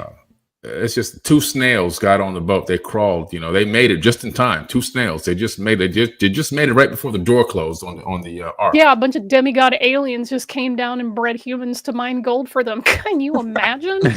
Right, that's the thing. It's like, okay, yeah, Billy, it's silly that all these animals were gathered for the ark, but my guy, the thing you're proposing, not a lot better. Come on, man. The ark was most likely a DNA. It reminds me so much of Michael Jones laughing at the stupid shit that, you know, Muslims believe in his mind, or that he believes equally absurd things. You know, fantastical stories are to be believed. It can only be from the Christian canon. Fearmonger asks if it was me or Erica that came up with ad hominid. That was me, or at least someone in my chat. I definitely had. I remember seeing somebody's type it in the chat, and then I suggested it to you, and you canonized it. So that is nice. The source there. Erica was actually very surprised and amused when she found out about it. Lieutenant Matt the Navigator for $2 says error 404, self-awareness not found. Yeah, it's self-aware wolves. 100%. All right, but I back this up a little bit because I want to hear this whole sentence. So we're gonna have to all shut up for a little bit. Snails. They just made it right before the door closed on the ark. Come on, man. Okay, man. All right, whatever. The ark was most likely a DNA bank. There you go. That's why I wanted us to get the whole sentence in there. The ark was most likely a DNA bank, guys. Okay. You know what's more ridiculous than a Bronze Age man herding a bunch of snails into a boat? Is a Bronze Age man constructing a DNA vault so that he can later use cloning technology to bring back all the animals. Dapper, way more plausible. Ridiculous. Don't be ridiculous. Tablets, it wasn't the Bronze Age man that did it. It was the ancient alien demigod. Oh, of course. Right. I'm sorry. I forgot. But he's getting this from the ancient tablets. No, he's not. He's getting this from Zachariah Sitchin. He's pulling it out of his ass. Well, no, he's getting it from Sitchin.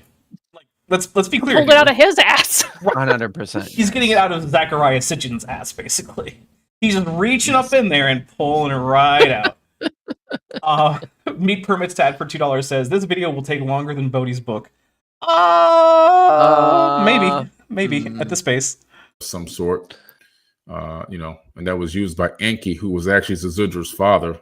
Enki was his father. What? And from again, he says he's getting this from the ancient tablets. Are you saying that you read any of these texts and that maybe these things aren't in have? What? And no, they're not. I want to let everyone know. I chose this specifically because I wanted to have something else that Kip would have something to say about. Instead of just everybody's just throwing keys in the chat. God, we really should get a bingo going. Don't we have one going? Can someone explain the keys to me? Bingos are for Tuesdays. Okay. So there's a bingo square there are a couple bingo squares that are like mega stupid and ultra stupid. And in order to actually cross them off, there has to be a consensus that a number of very, very, very stupid things have been said. And people indicate that that's the case with the key emoji, because basically the square says takes 2 keys to unlock. Like it's like the nuclear codes or something. Okay. Yeah. Okay. Right. Thank you. So that helps me. Yeah, you're welcome. I'm here to help. And the more serious the stupid, the higher level access it requires, so more keys. Mm-hmm. I've never played bingo on this channel, but I have played it on other channels. I'll be honest, this is helpful. I've also never played bingo on this channel. You're running a stream. How would you? Yeah. Well, to be fair, I mean, right? Toon manages to play Flurf bingo on a lot of his streams, and he actually does manage to get a bingo a fair few times. He has a printout. Wow. Yeah. Although sometimes I'm famous. Oh, sorry. I'm famously good at the bingo. Drink from Mothra, by the way. I like playing bingo on Jija Jack's films when he streams on occasional Fridays. Toon cheats though, because he'll eventually go fishing for things that he's missing by asking the Flurf questions. He's like, "Oh man, I need them to say that like we see too far." So we'll start asking questions about seeing too far. Man, like, leading questions, I object. Although, I mean, he usually only does that at the point where it's clear that there's absolutely no chance of there being any meaningful conversation between him and the Flurf in question, because there usually isn't. Erifamian for $10 says, why bother with physical DNA storage and wait for clones to grow? Why not store everything in the transporter buffer? Yeah, there's a real question. Why didn't he just store everything in the transporter buffer like Scotty did, when he crashed into that Dyson sphere? Which, by the way, becomes a major plot element in the Star Trek Online storyline, which I wasn't expecting. And then, for some reason, the Voth are involved from Star Trek Voyager. Remember the dinosaurs? Yeah, so it's like the Federation versus dinosaurs inside the Dyson sphere from that episode with Scotty. I was not expecting it to go there. Another 6 biblically accurate Tunicate, who's been a member for 18 months, says, started a new development, polymer nanodiscs. I don't even know what they are. New job developing polymer nanodiscs. Yeah, hey, congratulations. Sounds cool. I don't know what it is. Shout out Goop Doo, a fellow Bingo enjoyer. Nice. Last night's stream was particularly funny because the Twitch chat voted for extreme brain rot, and Jack lost his mind, and so did his editor. I mean, and all of the bingo called prompts just got completely jacked. All right, here we go. Most likely, the reason why he saved him, of course, is because it was his blood. It was his offspring, according to the text. Okay, so Noah's Ark was a DNA bank for the offspring. I'm just going to keep calling it Noah, because whatever. So it was a DNA bank, but only for Noah's children?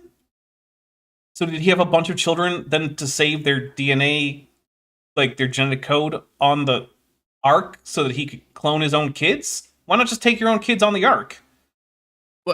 What does he mean by this? Maybe that's it. Is he just saying that when you take your kids with you somewhere, like maybe when I moved my family across the ocean to Norway, that airplane was actually a DNA bank, right? Because your DNA carrying didn't make all it the to the DNA. Other side. Yes, technically, yes. Yeah. I guess that's true. Maybe that's it, right? I feel like that's not normally what I think of when I hear of the idea of a DNA bank, but like, I guess I can't technically say you're wrong about that. Let's see. So, polymer nanodiscs allow for the isolation of native proteins directly from cell membranes. Interesting. That sounds cool. Sounds even cooler now that I know kind of what they are, or well, what they do. Aiden's Miscellany, who's been a member for 10 months and is at the amniote level, says, it could just be that the animals saved were Noah's kids to farm, hunt, etc., or am I being too kind here? I honestly don't know. This doesn't make a lick of sense, but like we'll keep going. Maybe he'll clarify. And his brother Enlil got really pissed off because he wanted everybody wiped out. But so it was Enki's kids, not Enlil's kids. So that means that Noah yes. was supposed to be Enki's son. But then, so was Enki also just banging a bunch of animals that got put on as DNA into the bank because they wanted the demigod animals that were half alien? I'm so confused. I'm still waiting. Lieutenant Math I'm still waiting for. I was just gonna say I'm still waiting for some appeal to an actual text here. The thing is that none of this is in the text, so he can't really make much of an appeal to an actual text. He just has to tell you, this is from the ancient tablets, you guys. I'd even settle for a fake text at this point. I mean, Emerald Tablets of Thoth? Yeah, I mean, he hasn't read anything from them yet. Lieutenant Math Navigator for $5 says, is he seriously proposing the Ark was Noah's spank bank? It does kind of seem like it, yeah. Or at least Enki's spank bank. With a slightly different definition than normal for spank bank in this case. Just slightly different. Pillowpunk for $2 says, DNA banks famously crafted from gopher wood. Now, to be fair, he does reject the biblical account, so it's probably crafted of whatever it says it is in the Emerald Tablets of Thoth. I guess adamantium or something. Maybe it's vibranium. Probably. But yeah, Enki saved his own son, which any father probably would have done. All right. I mean, there's some shitty fathers out there, but okay. Yeah. I can definitely point you to some people in history who would not have saved their sons because they, in fact, murdered their sons. So, It's probably a DNA bank is most likely what it was. And yes, most likely. That is probably most likely. I'm just taking a drink for just... Its other completely absurd thing is most likely... Some researchers say... Exactly. Yeah, really.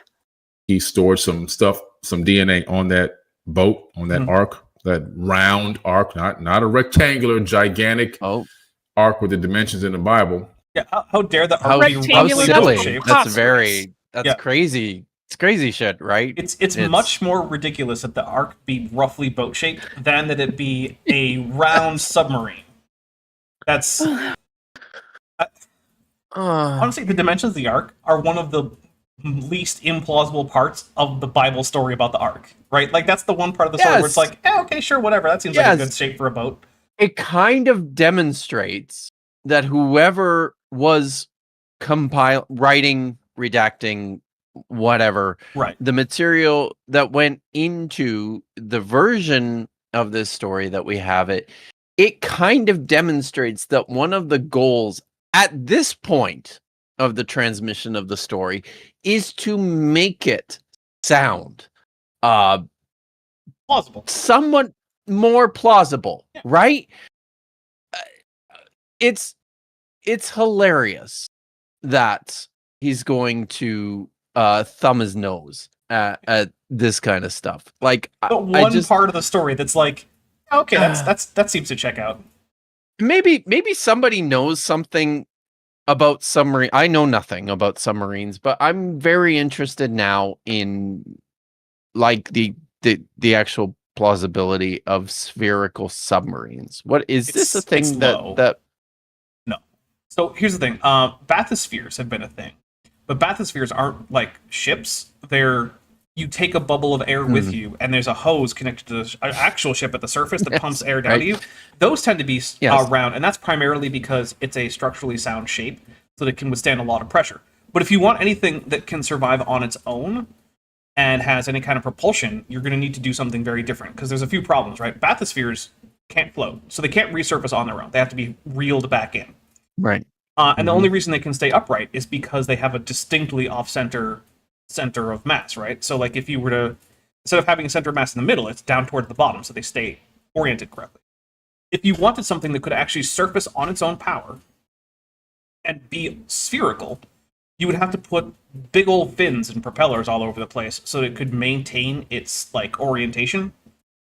And I don't know if he imagines Noah's Ark as having fins to maintain orientation. Maybe he just thinks it's a mercury vortex that maintains the orientation. Because that's another thing the UFO people love is mercury vortices.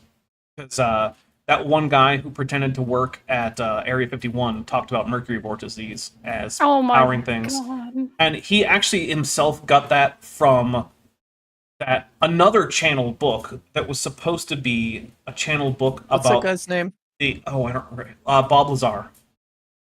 Yes. Yeah, so Bob Lazar Yeah. really popularized this among UFO enthusiasts, and he himself got it from it was another channeled text. So, in other words, another fake ancient text that was supposed to be about how the ancient people who in this text were probably more like Atlanteans who were mistaken and became the gods of Indian mythology flew around in their flying palaces. But the thing is, we know the development of how these Vimanas, which is the word in Sanskrit, like we know what that came from, right? They were originally actual palaces. They're described as having like marble floors and fountains and gardens and whatnot. And then the idea is, well, the gods have palaces that can fly. And then the word eventually turned into something that's like anything that kind of flies.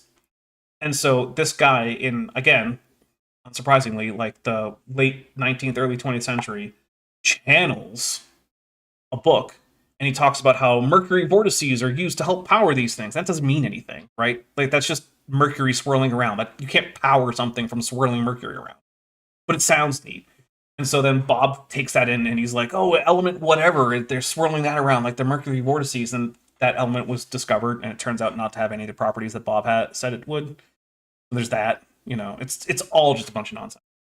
Anyway, Lieutenant Matt the Navigator for $5 says, no wonder the first thing Noah did after getting off the Ark was get wasted. I mean, I would too. Noah was on that Ark for more than a year with just his wife and his kids and his daughters-in-law and just way too many animals. I would also be like, all right, where can I grow grapes? Because the first thing I'm doing is getting drunk as soon as possible.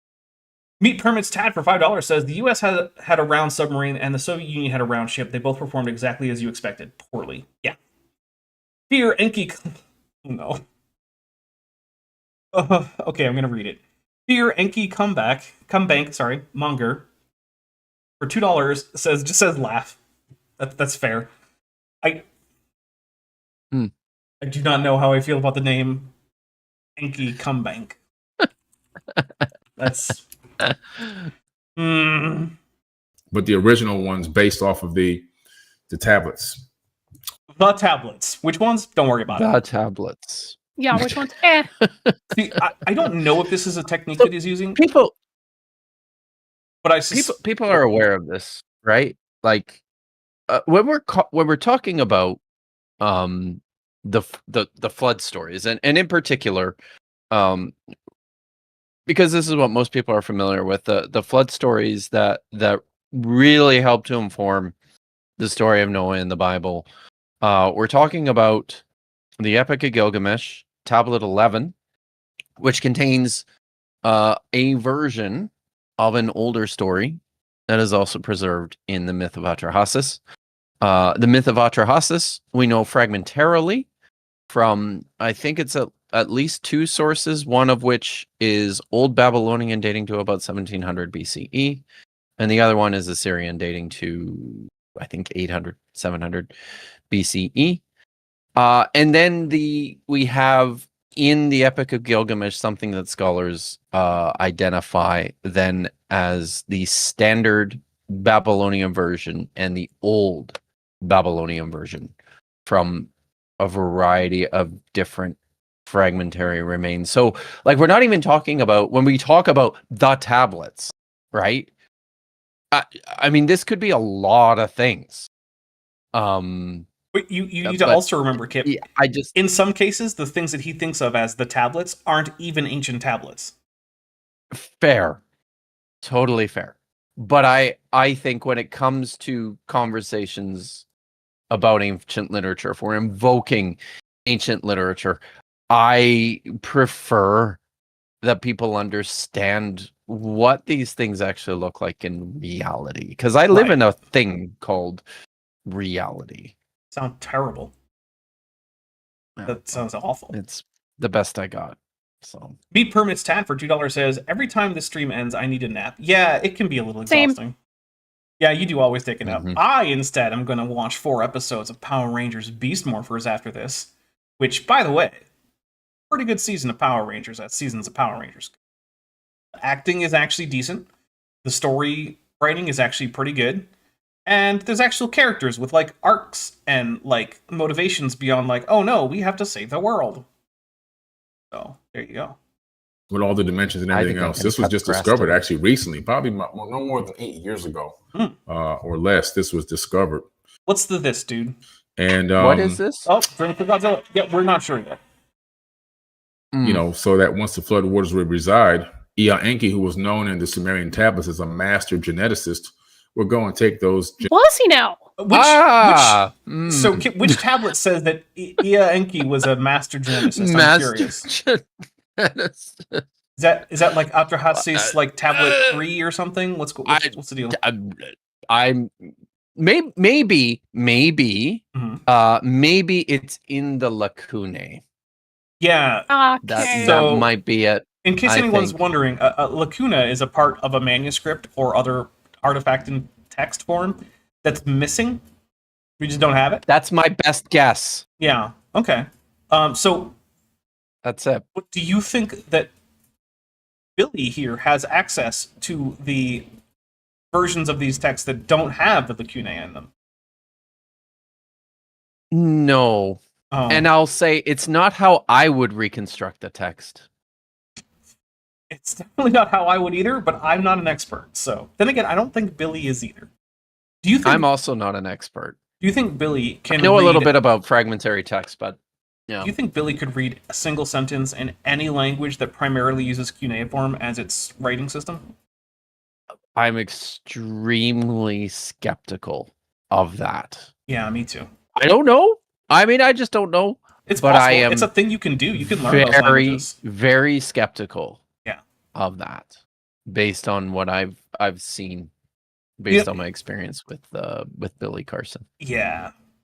Genetic samples and recreate. In the tablets, they call it fashioning. They would fashion lambs. They would fashion wildebeest. They would fashion animals. They would fashion. So, in other words, what he's doing here is he's just taking like the ancient term for making, which would be applied to anything, right? Like you make a bowl, you can make a table. Yes. They really meant was genetic engineering. Yeah, that's it. Yeah. So the thing is, if it were true that the Sumerian gods were in fact ancient aliens genetically engineering life on Earth, would the same word be used in that context there in the tablets? And the thing is, it seems plausible that it might be. But the problem is that if all you have as your evidence for this is that's your interpretation of the texts, there are a whole lot of much more reasonable interpretations that seem to line up a lot more with both the culture and the general belief about things like deities that the text could be meaning. You have to just assume that the ancient alien thing is true in order to get this interpretation out of here, right? So it's the same problem that we get with a lot of like young Earth creationists, where it's like, oh, I interpret this section of the Bible this way. It's like, yeah, but the only reason to ever interpret it that way is because you assumed your theology is true, and therefore the Bible has to support it. Like, you're not actually getting that out of the Bible. Similarly, no one's getting this out of the text. They're coming into the text with the idea of what it's supposed to be. And the text isn't allowed to say what it actually says. It's only allowed to say what you want it to. And that's a fundamentally dishonest way to approach any text. So, yeah.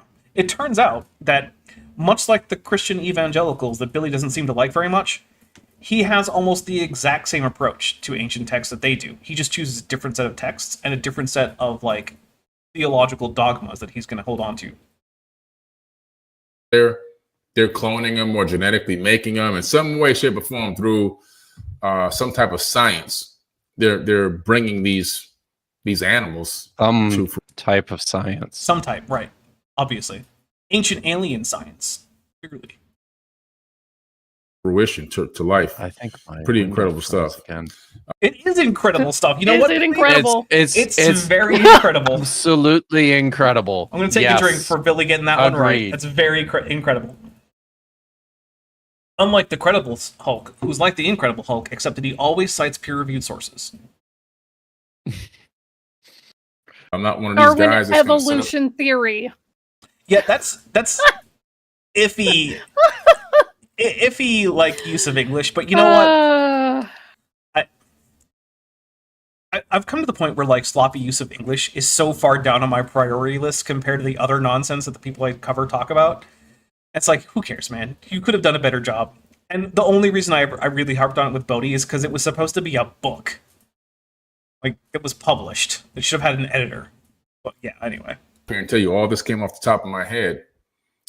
Really? That's not a good endorsement, Billy. I just debunked an entire framework of biology just off the top of the old dome here. There I was, just sat on my ass in my office thinking, Darwin, that sounds like some bullshit. I could debunk that just by thinking about it. Okay, yeah, maybe. Maybe you could. Fearmonger just says, kill me. Look, it's not just young Earth creationists. This is one of the things I want to point out. Like, there's a lot of crazy out there. And if you think it's just the young Earth creationists, oh boy, you've got a lot to learn about crazy. And the reason why is because I want every single person to become a researcher. I want you to get out there and learn. I want you to study. I want you to dig deep. Researcher. Bro, you just said you debunked this off the top of your head. That's not research. Yeah, I would like to go on record to say that I would prefer if people did not become researchers. This is, based on the colloquial meaning of that term as it gets thrown around in these spaces. Which now just means people who have crazy ideas because they watch too many YouTube videos. That's it, right? Yeah. That's all that means now. Yeah. That's it. Originally it meant something. Now it just please means don't do that. I actually had a position once as a researcher. Legitimately. I was a senior researcher in one of my university positions. And now it just feels weird saying that. Thanks YouTube. Yeah, also the History Channel. They really changed the meaning of researcher. Yeah. Here's what I do want, though. I do want people who are interested in topics like ancient Near East literature, like evolution and things like that, go actually look at real sources. It might require you to learn a new language. It's good for you. Mm-hmm. It will certainly require not just casually looking at some like cable TV programs or YouTube videos. If you want to actually research evolution or ancient Near East literature or ancient history or any of these things, you will have to do work. It will be tough. You will be sitting there with things like technical papers and grammars, learning, in fact, about things like split ergativity, whether or not Josh wants to talk about it. To learn things, to do research? God. Yeah, it turns out you can't just walk into a field and then not know anything about like the methods or why those methods exist and then effectively research that field. It may probably the most important, I continue to tell students, I think the most important thing about grad school is learning method. Yes. That's what you're there for. Mm-hmm. Going to grad school, spending, 2-3 years, however long your program is in grad school, is about learning how to use the tools to do the actual work. Yep. Which comes later. Yep. Yeah. What are the actual? If you haven't, what are the actual? Sorry, I was gonna say what types of sources are you supposed to be using?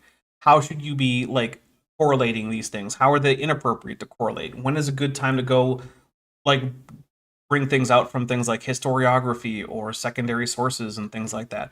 What?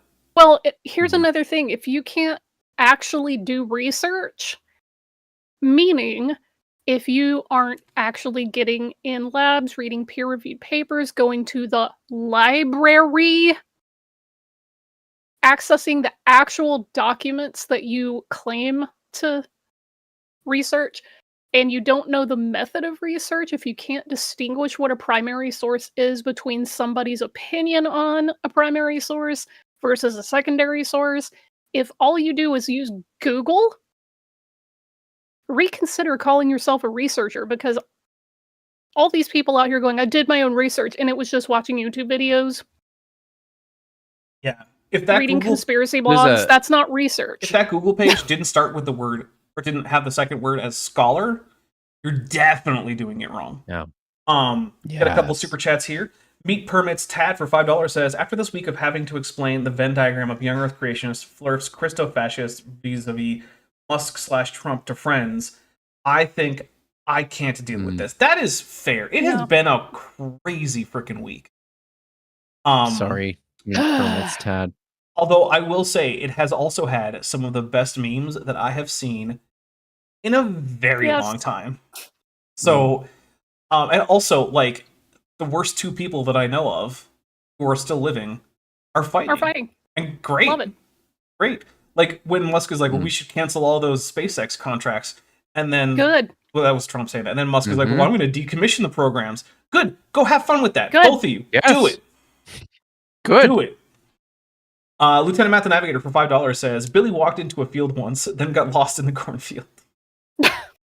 For $4.99, Kent the Bacteria Kind Halstead says, the fact that research is time-consuming and difficult is why we listen to experts. Yeah, look, here's the other thing. You are never going to become an expert on everything you're interested in. It's not possible.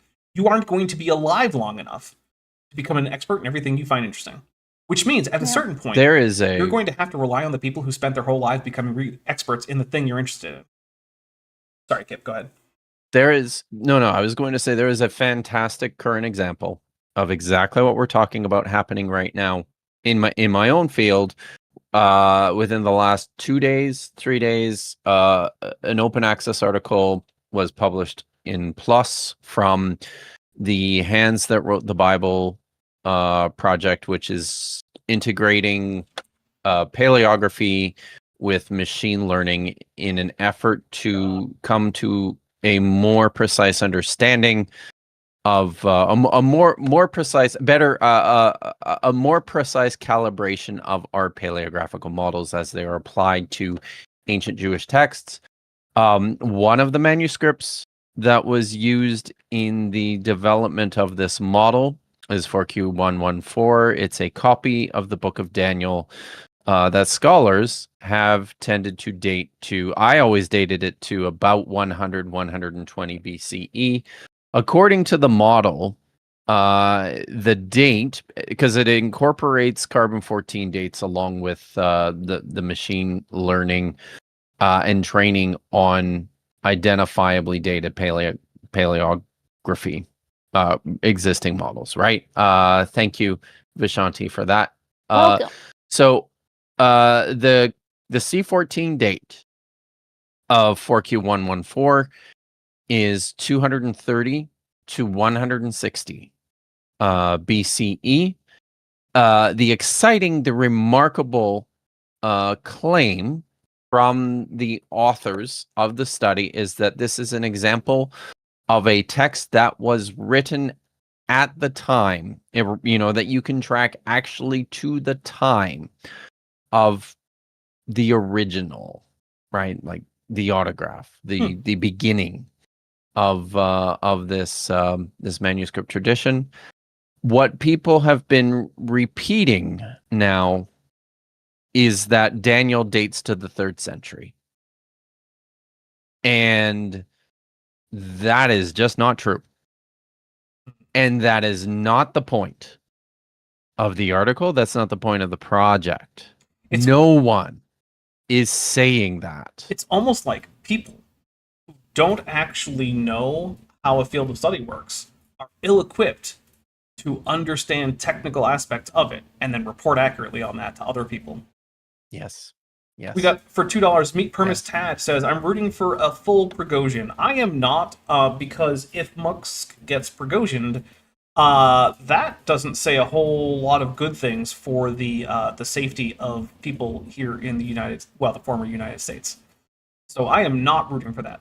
Because while I would not shed any tears for Musk if he were Prigozhined, it would be a rather chilling thing for the rest of the inhabitants of this landmass here. So, like, yeah, no. Metageeky's message right before that one. Oh, yep. Metageeky Platypus Warlock for $5 says, "Libraries are to promote research? I thought they were the last bastions of society and civilization safety net. Research too? Sheesh." No. With a Mothra, and yes, actually, libraries. Pretty cool things. Support your local library. We'll get a little bit more here. We're actually almost done, and we've almost made it through 5 whole minutes. Wow. Deeper than you ever This dug is a before. 60-minute Find out what the video. hell is going on this planet. Where did we go wrong? Billy, Funny. you are an example of us going wrong. Just gonna put that out there. One of the biggest places that we went wrong is the Darwinism, right? Darwin's evolutionary The theory. Darwinism. Yeah. Everyone, go make sure you go say at least 3 Hail Darwins. After Yeah, this. it wasn't the rampant white supremacy baked into Western society and culture and colonialism. No. It was Darwin. It was Darwin, yeah. Ism. And so this theory is really it's stopped us from advancing into different sciences and understanding biology in a way that can literally advance us as a human species on this planet. The opposite is true. Yeah, Okay, virtually every I medical was going to advancement say, I that's don't ever know. happened has happened after Darwin. Right. I don't know Yeah. a lot about biology, but I feel like Darwin's publication helped to basically create the modern world Demonstrably so. healthcare. In terms of healthcare and agriculture. Yeah. Without the theory of okay. evolution, So we could not sustain 8 billion people on this planet. Period. It would be literally impossible. wow. Yep. So That really does sound like the exact opposite of what yeah, I just I'm going said. to take a drink because that was an incredibly stupid thing for Billy to say. Genetically and unlock a lot of the things that were done to us. Now, the powers that be know this, which is why they've kept this information. It's all a conspiracy, guys. I just want to point out, Mm. when you propose that the reason that there's no evidence for your contention is that there's a conspiracy to hide the evidence, now what you need to do is not only provide the evidence that you still need to convince people of your original proposition, but you also have to provide evidence that there is a conspiracy. Proposing a conspiracy never makes your job easier as the person trying to convince people of hard-to-believe things. It only makes your job harder. So, yeah, remember. Now, that doesn't mean if you have evidence of a conspiracy, hey, bring it forth, right? Because there have been conspiracies. That's a thing. But if you don't... Got to demonstrate them, though. Right. If you don't have that evidence, Yeah. and you just say, well, the reason I don't have evidence is a conspiracy, that's even less reason to believe you in the first place. Because now you don't have evidence for 2 unlikely claims, not just 1. Yeah. So, yeah, proposing a conspiracy is almost always a bad idea. Conspiracies are easy to digest. They're easy to follow. Usually, they're simple enough that they compel people in their thinking, and most But only are people who also are really bad at thinking. grounded in kernels, tiny little bits of true information, right? So it's frustrating. It's hard. Yeah. Alex It's frustrating to me because the longer that I'm on this planet, the more I realize how complex human systems are. And Yeah. conspiracy theorists just absolutely do my nut in because they flatten it. want the simplest possible solution for things that are extremely complex. They don't like things that are unknown. They don't like uncertainty. And I'm like, sorry, that is literally the planet. That is how it has always been. you have to become comfortable with uncertainty, and you have to be humble enough to say, I don't know is an acceptable answer to things. Yep. Because it's often the right answer. You don't know things, just say that. Right? Like, did I pretend to know what those discs were that I'm losing it. Polymer nanodiscs that Nether 6 was talking about? No, you know what? It's fine. I don't know everything. I might be a professional smart guy on the internet. I don't know everything. I try to be open when I don't know something. Because you know what? You know what's a really quick way to ruin your reputation as an internet smart guy? Tending to know things that you don't know. That's a really quick way to destroy that reputation. Unfortunately, it's just frustrating to hear people say, like, hey, I've studied this one topic for 15 or 20 years of my life. I have degrees in it, and only one specific area I don't know the answer to, and then some jerk on the internet goes, well, then you don't know anything. Yeah, that happens too. Who the hell are you? Someone who spent less time studying that one topic. Propagating through time all this fake news. So Charles Darwin, born February 12th, 1809 in Shrewsbury, Shropshire, England. He died. Shropshire, wait, but that's okay. Did he say Shropshire? I think he did. Shropshire, yeah. That's what I heard. Well, he's just coming up with this off the dome, so of course he's getting it wrong. But like, died in April 19th. I suspect he copy-pasted this text from somewhere because of where the line breaks are. Like Wikipedia, maybe? But yeah, those are obvious. That's what happened. Actually, you know, it might be a PDF, because that's frequently what happens when you copy-paste from a PDF, because everyone doesn't know, the line breaks in PDFs are actually saved as line breaks with like the actual character for a line break, which is normally invisible. Which means that when you copy-paste from them, you usually have to manually go in and delete the line breaks that you don't want. But he doesn't seem to have done that. So yeah, I think you're right. At least this first bullet point does seem to have been copied from a PDF. Can I prove it? No. But does it give all the evidence of that? Yes. 1882. So he just died. His anniversary of his death was just a few days ago. Happy Death Day. As we are just now in April in 2022, right? Pretty interesting.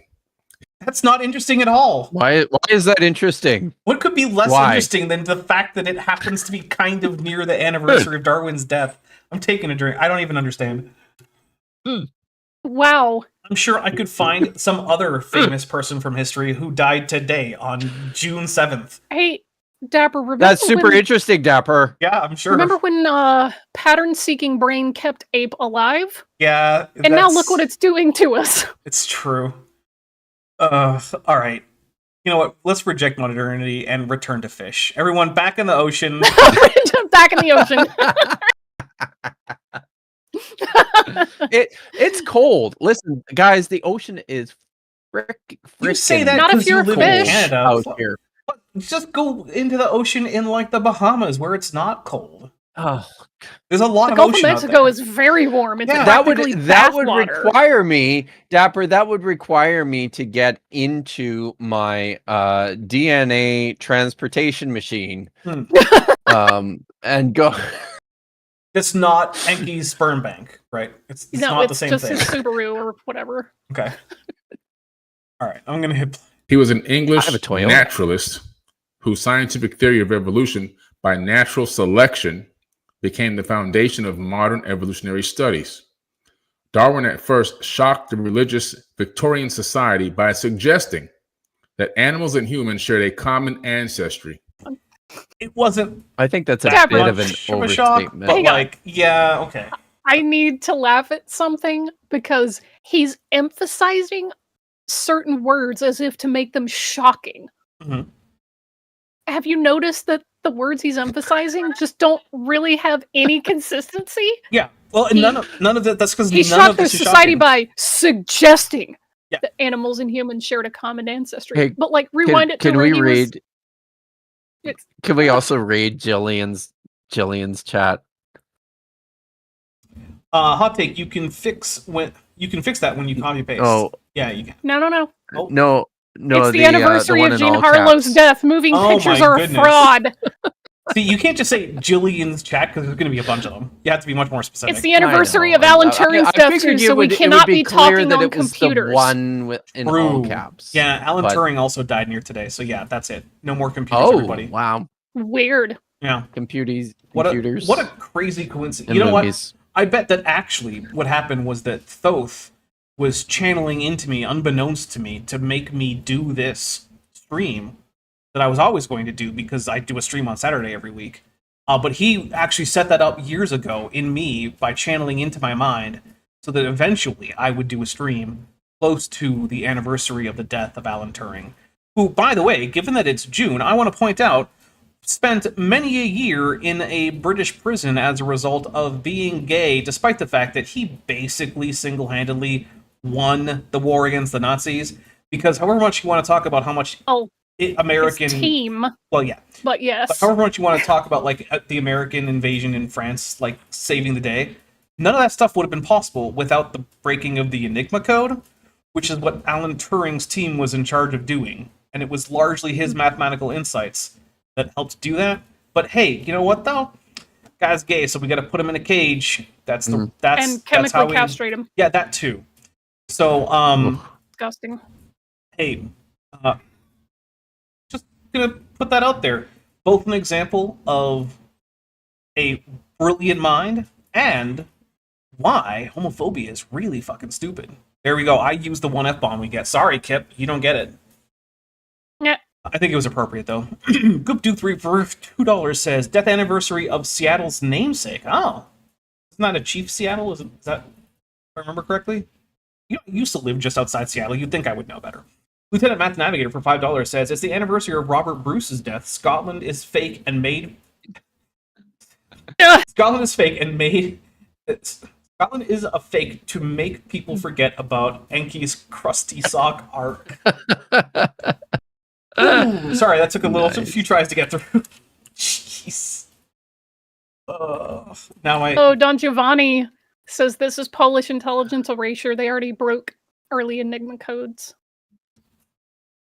But that's fair. However, did they manage to get that breaking out to people who could do something about it? Because it's one of those things, right? Like, being the first person to do a thing is cool.